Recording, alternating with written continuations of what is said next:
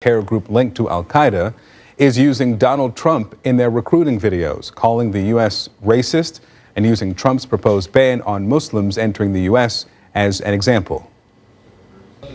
Yesterday, America was a land of slavery, segregation, lynching, and Ku Klux Klan. And tomorrow, it will be a land of religious discrimination and concentration camps. Okay, so remember this. So listen.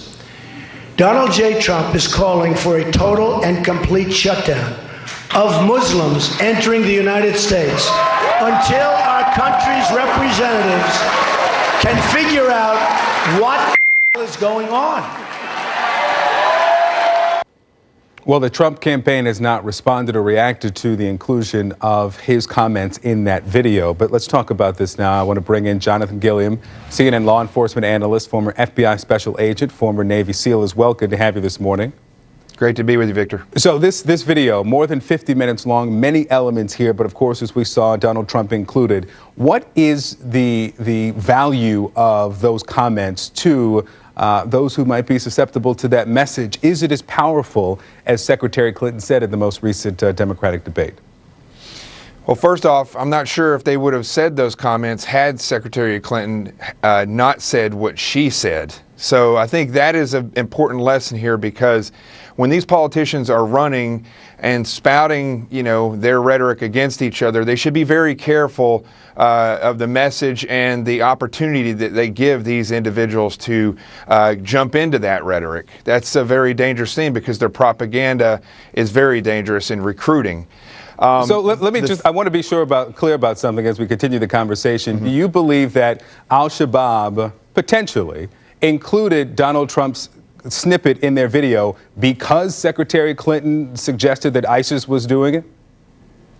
Well, they didn't do it before, so I'm assuming now it could very well be. They pay so close attention to what stirs America up and what stirs the Western culture up, that they will jump on that stuff. Their propaganda is ran by people who understand media, understand how media works, and so that's why they're producing videos that reach their millennials, whereas our State Department produces videos that don't reach anyone when they're trying to counter this stuff. So it's interesting. Did the chicken come first or did the egg come first? And I think that's kind of what you're dealing with here.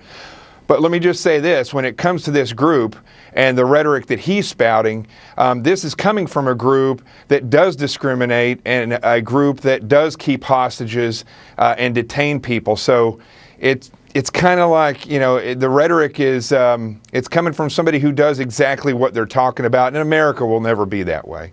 Let me ask you about the intended audience for much of this video, the African-American community in the U.S., and not just African-American Muslims, but potentially African-American Christians, and the suggestion that African-Americans should convert to Islam and then engage in jihad, and they will only find solace in Islam. Your thoughts on that intended audience? Well, I think it's very important in this country that we stop looking at each other and looking at our color. We need to start looking at ourselves as Americans, and this is a perfect example why. Because people take advantage of the color discrimination issue that we have and that has existed here for a long time, has gotten worse recently. They take advantage of these things. And I think that we as a country need to get past that, and we need to rise up as a country against these types. Even if somebody does convert to Islam, they should not feed into this rhetoric, because this rhetoric goes against everything that this country stands for.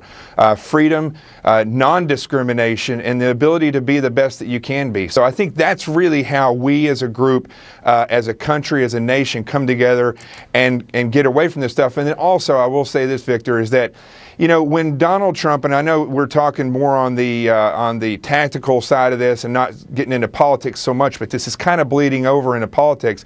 And one thing I will say in defense of Donald Trump is that when he made the statement that he made, he followed it up with, until we find out what the hell is going on here. And that's a very important part of this statement, because it's not a statement where Donald Trump is trying to go out and put people in internment camps. It's where he's trying to say, we need to figure out what's going on here. Yeah, but he's trying to figure out what's going on and basing that on because people are Muslim and the religion specifically is what is causing what is happening in the country, specifically after San Bernardino. I get your point, right. But there will certainly be a conversation that we'll have later in the morning about that argument, that fragment of the statement as well. Jonathan Gilliam, thanks so much.